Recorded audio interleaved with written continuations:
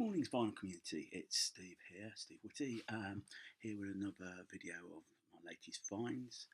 I think I'm starting to get the hang of doing the video like. It's Sunday morning, just gone 8:30, I've got out of bed, I've got some coffee, I've got a vegetarian bacon sandwich to keep me going for the next few moments, but primarily it's not about my breakfast, it's about what the vinyl I brought recently. And this is a haul I got from Psychotron Records in Sutton, my local record store. And Pete, I'd come in one day and he's got to know what my tastes are, and he was just sorting out some record a donation he'd had, records he brought, and to him they weren't worth. He's going to stick them in the pound bin. He says, "Here, have a look at these and take which ones you want." Okay, for a pound. And I go, "Okay, fair enough." So I've already shown some of them. Here's a few others. So the first one up is Stray Cats' debut album, Stray Cats, released in 1981. Stray Cats primarily broke in the UK first. The first hit single, Runaway Boys, which is an absolutely stonking track by far, their best song, broke late 1980. The album was recorded in London, in UK, produced by Dave Edmunds, and yeah, it really was exciting. It was different. The rockabilly sound was different to what was coming out. It was time of birth of the new romantic movement, new Wobbum as well. So it was different. It was good. Obviously, the band became broke in America primarily for touring with the Stones. In 1981, I think Rock This Town became a big hit single. Brian Setzer is now is very popular in the States at the moment. But this album, I think nothing can beat this album. I don't think they ever quite matched it, and I think they split up pretty much soon afterwards. Next up is 10 years after, Rock and Roll Music to the World. Now this is an album that they released in 1972. I'm not too well up on 10 years after. I know Alvin Lee, I think, came from Nottingham. And primarily they're famous for their performance at Woodstock, which they allowed to have filmed. It's quite interesting because some bands chose not to be filmed at Woodstock, and you would never know they were there. Keith Hartley Band is the one I'm thinking of at the moment, and I think Keith Hartley, again, he's passed away. He ended up in relatively obscure circumstances. Great playing on the record. I want to dig out some more. I suspect if I dig out looking for more 10 years after, it's going to cost me an arm and a leg. I may not be so lucky to get this for a pound, but it's worth checking out. I have got some downloads of stuff, and obviously Spotify will help me out. Know the track "Love Like a Man," which was their big hit single, which I think they did disown. It was not cool to have hit singles at that time.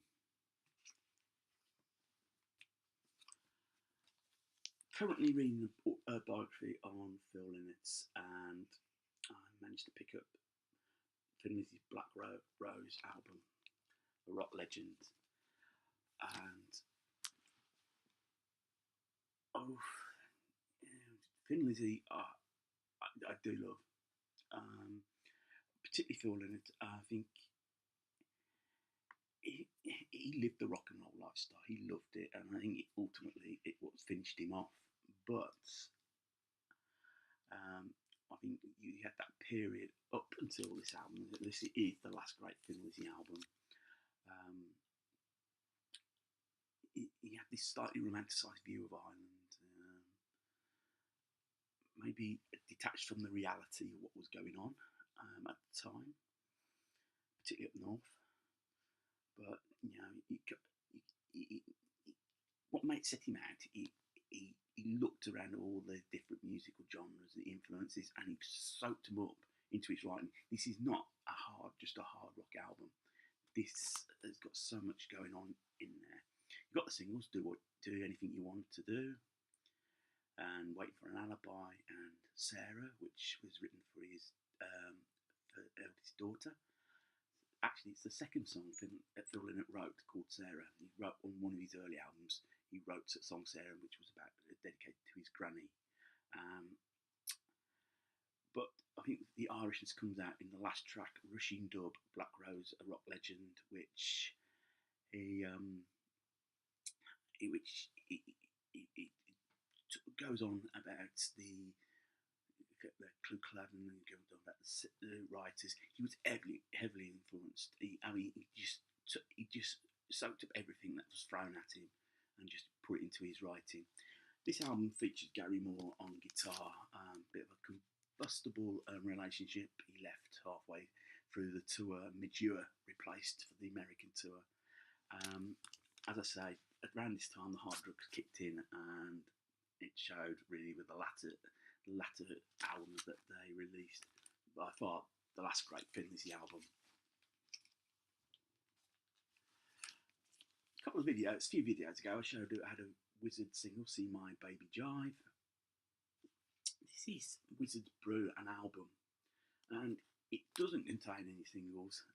It's a bit of a hodgepodge of an album, and I think Roy Wood, as much of a genius he was, I think was trying to compete with Electric Light Orchestra. It was a bit trying to be, I'll show you, Jeff Lynne, I could do an album just like Electric Light Orchestra should be.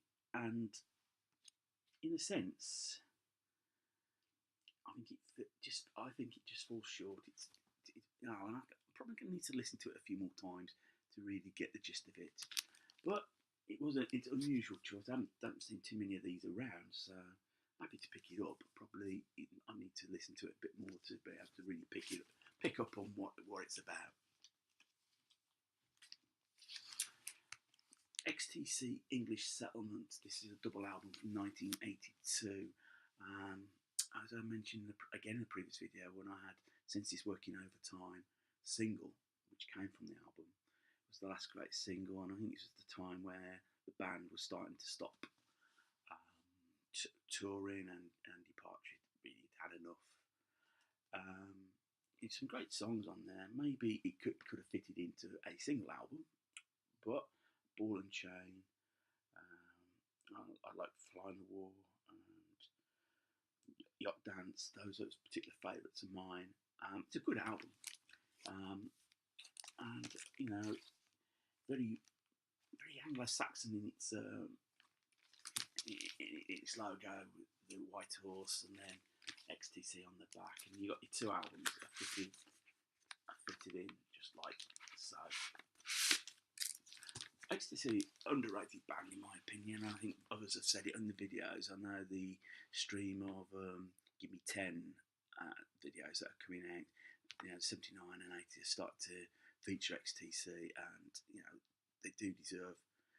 Be interesting when they go into the later 80s whether some of the albums come out then.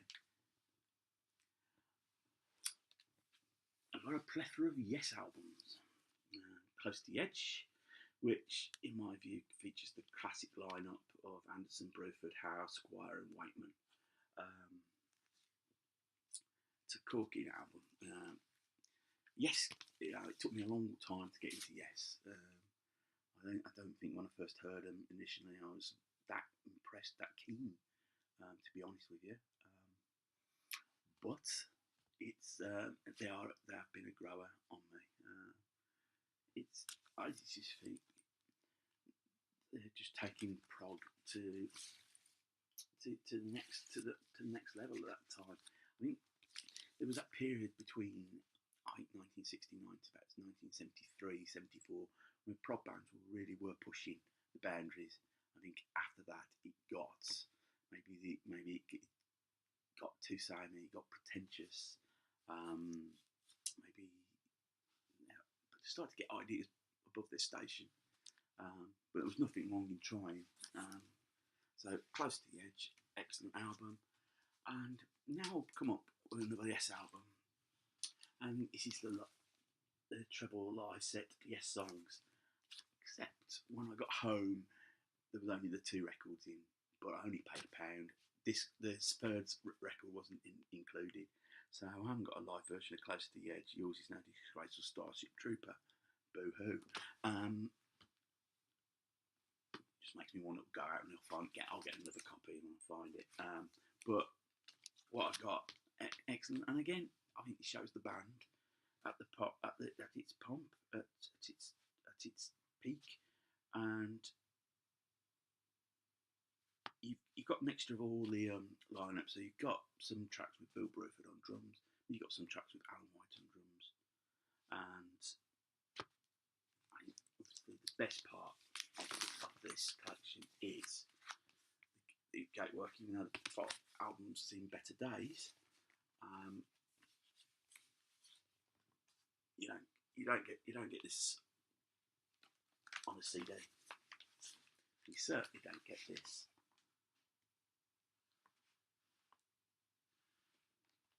You certainly don't get this on a download, and I think that's probably where the appeal of coming back to vinyl has started from. You're starting to get more the artwork. It's the packaging. It's not just the music. It's the thing that comes with it. And my final album I picked up was Relaya. Now, this is the album that Rick Wakeman had left, and they got Patrick Moraz on. Bit of it. It's about not up there with their best album. It's a good album, but not quite there. And final record of the bunch, I managed to pick up ZZ Top's Eliminator album, which broke the band in the UK pretty much chart-wise. They kept the singles, Give Me All Your Loving, Sharp Dressed Man, Legs. I think TV Dinners was released as a single as well.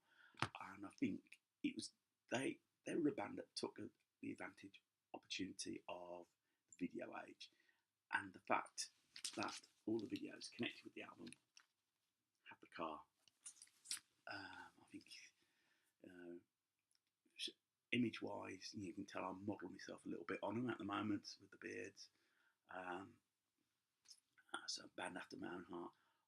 And by all means, excellent live. I did see they played Glastonbury this year, and did see their show. There was broadcast on the TV in the UK, and they were coming across pretty good. They still have it, and I think more power to their elbow for being able to still produce. We'll be on the hunt for more ZZ Top.